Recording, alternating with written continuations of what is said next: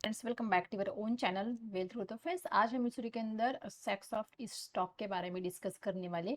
तो इस स्टॉक को इससे पहले भी मैंने रिकमेंड किया था। तो जैसे कि हमें पता है कि एआई बहुत तेजी से यहाँ पे बढ़ रहा है, तो हमें उन स्टॉक के अंदर या उन कंपनियों के अंदर इन्वेस्ट करना चाहिए जो कंपनियां एआई से जुड़ी है या एआई से रिलेटेड कामकाज कर रही है। तो ये कंपनी यहाँ पे एआई से जुड़ी है, एआई के लिए कामकाज कर रही है। इसके अलावा कंपनी के data analysis, cloud infra security, इसके यहाँ पे कंपनी कामकाज करती हुई नजर आ रही है। ये एक आईटी स्टॉक है।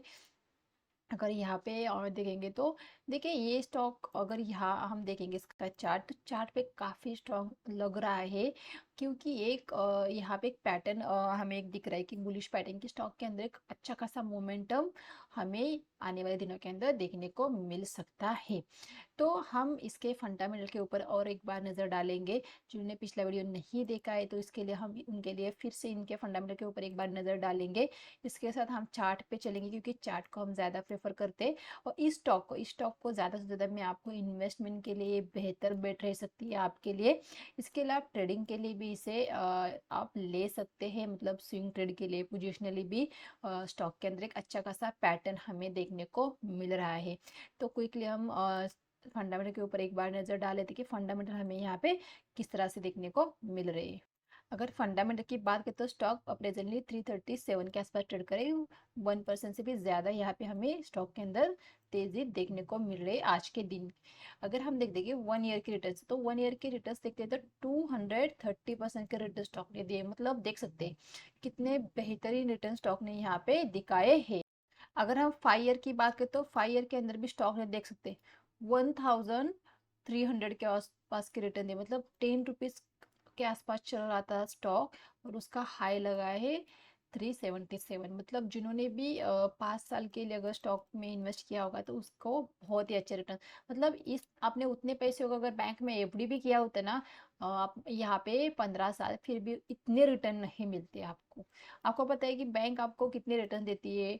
ज़्यादा से ज़्यादा 8% के रिटर्न आपको वहाँ पे देखने को मिलते हैं कि हाँ, 8% के रिटर्न आपको वहाँ पे एफडी के अंदर भी देखने को मिलते हैं। लेकिन यहाँ पे रिटर्न्स की बात करें तो 1300, मतलब देख सकते 5 ईयर के अंदर कितने बढ़िया रिटर्न्स देखने को मिले।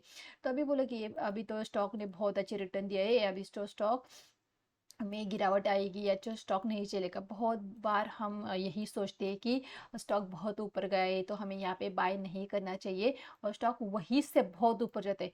अब मैं आपको दिखाऊँ तो बहुत सारे ऐसे स्टॉक है जहाँ पे हम सोचते हैं कि स्टॉक बहुत ऊपर गए, हाँ भाई यहाँ पे हम नहीं बाय करेंगे, लेकिन उससे भी स्टॉक ऊपर जाता है। फिर हम सोचते रहे काश मैं यहाँ पे बाय कर लेता, इतना बढ़िया रिटर्न देखने को मिलता। तो हमेशा देखिए स्टॉक के कितना ऊपर गए कितना नीचे गए ये मैटर नहीं करता है। अगर आप इन्वेस्टमेंट के लिए स्टॉक को सिलेक्ट करें तो इन्वेस्टमेंट के तौर पे आपको स्टॉक में क्या देखना है, वो कंपनी किस क्या कामकाज कर रही है। इसके अलावा कंपनी ग्रो हो रही नहीं, कि उसका काम किस तरह से है, क्या आने वाले दिनों के अंदर इनका कामकाज बढ़ सकता है, क्या इनके अंदर कुछ चेंजेस आ सकते हैं, क्या कंपनी ग्रो हो रही है, क्या कंपनी के अंदर प्रॉफिट कितना हो रहा है। इन सारी चीज़ों को आपको यहाँ पे देखना पड़ेगा। कंपनी का बिजनेस मॉडल पूरा स्टडी होना चाहिए। इसके अलावा सेकंड आता है कि कंपनी के रिटर्न्स किस तरह है।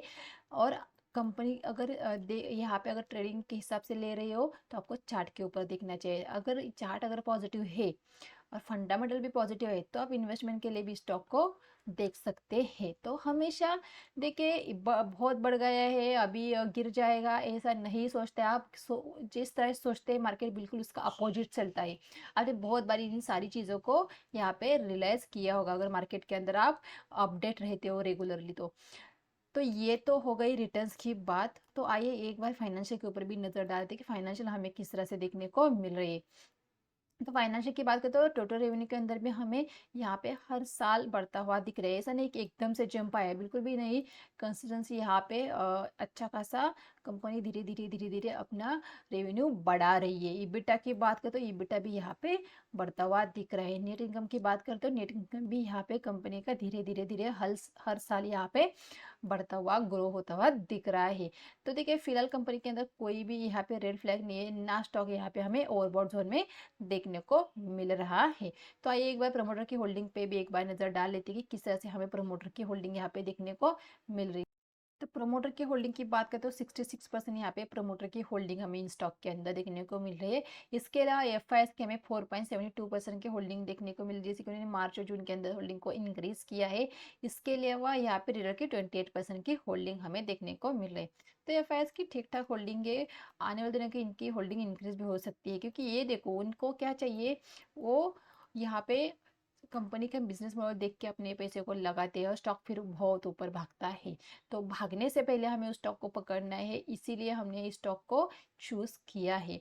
तो ये पूरी चीजें फंडामेंटल की हो गई। तो आइए, हमारा मेन होता है हमारा चार्ट, जो हम चार्ट के ऊपर ही सारी चीजें डिस्कस करते हैं कि हमें चार्ट हमारा मेन है, चार्ट हमारे लिए बोलता है ना, हमारे फंडामेंटल हमारे बोलते हैं। हमें चार्ट को ज्यादा प्रेफर करना है, क्योंकि चार्ट सबसे आगे रहता है फंडामेंटल से भी। तो यहाँ पे हमने चार्ट लगा के रखा है, यहाँ पे हमने वन डे के टाइम फ्रेम लगा के रखी। अगर मैं आपको दिखाऊँ तो यहाँ पे देख सकते हैं, यहाँ पे स्टॉक ने कंटिन्यूसली ट्रेंड लाइन से सपोर्ट लेता हुआ स्टॉक चल रहा है। मतलब स्टॉक प्रीवियस कोई भी स्विंग यहाँ पे ब्रेक नहीं कर रहा है। यहाँ पे एक ट्रायंगल पैटर्न का फॉर्मेशन होता हुआ नजर आ रहा है।